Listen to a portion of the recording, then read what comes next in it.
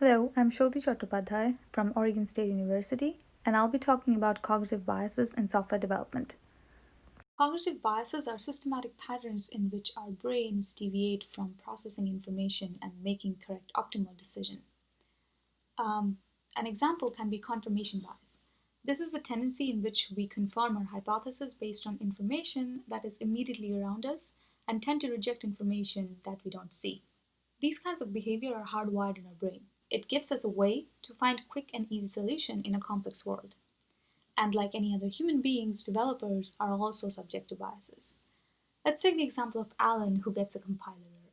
He thinks that the error is because of the way functions are defined, and while redefining the functions to get fixated and takes his time in refactoring the code and cleaning it up. While doing so, he overlooks the issue that the data in his environment was outdated and he only needed to reload the environment in order to fix the issue.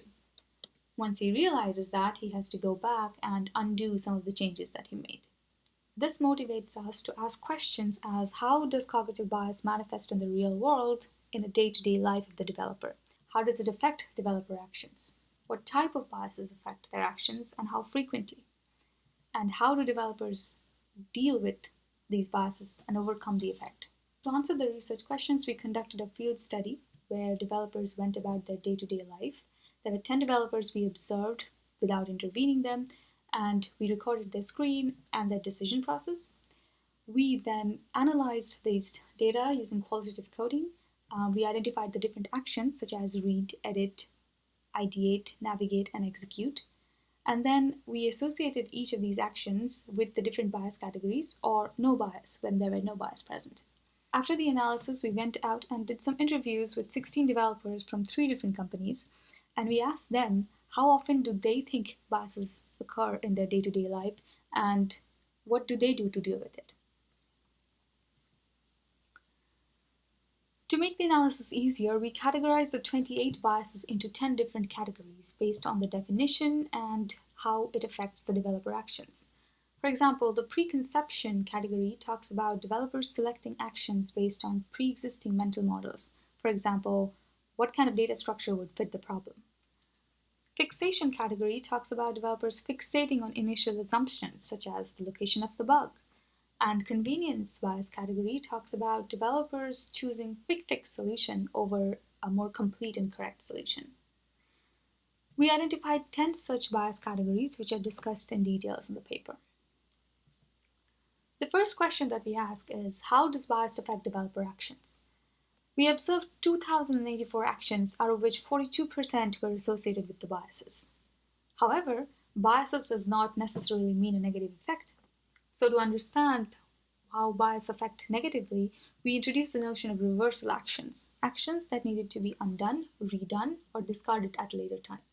When we compare, we see that actions that were biased, 759 of them needed to be reversed at a later time, whereas actions with no biases were less likely to be reversed. Thus, we see that not only are actions frequently biased, but these actions are also more likely to be reversed. So then we ask what kinds of biases occur frequently. And here we present a graph of the bias categories with their associated reversal actions. The highest category is fixation, with almost 90% reversal actions. And these are cases where developers fixated on specific solutions and rejected warnings and errors. For example, Paul was working on integrating his code with an API, and he found a connection error. He hypothesized and fixated on the architecture of the system and made extensive changes, and took his time in doing so so he doesn't face the problems in the future. However, it turns out that the error was from the API query side and not his code architecture. The second most frequently occurring bias is the convenience bias, with almost 90% reversal rate. These are biases when developers choose easy quick fix solution and as a result end up reworking and perform limited explorations as well as reached immature or incorrect solutions. For example, Paula was trying to implement a graph by a simple hypothesis of using an array. However, after she tried to use array to simulate the graph, she figured out that the tests were failing. When she looked back, she identified that the array could not be used because the first element of the graph was empty. So Realized that her implementation was based on an oversimplified hypothesis, which led to her removing all the code related to array and reworking from the beginning. To triangulate our findings, we went out and asked developers how frequently do they believe developers act under a bias. From a scale of almost never to always, it turns out developers are more or less aware of biases being present in their decisions. Interviewees found memory bias to be highly associated with the decision. The second, third, and fourth biases are the preconception, fixation, convenience bias categories we talked about earlier. So then we asked developers to identify any helpful practices to mitigate these biases. For example, preconception can be mitigated by non-code days such as TestFest or documentation days, where developers take the time to focus on documentation and testing and other non-code activities. In addition, maintaining proper documentation and journals can also help mitigate preconception.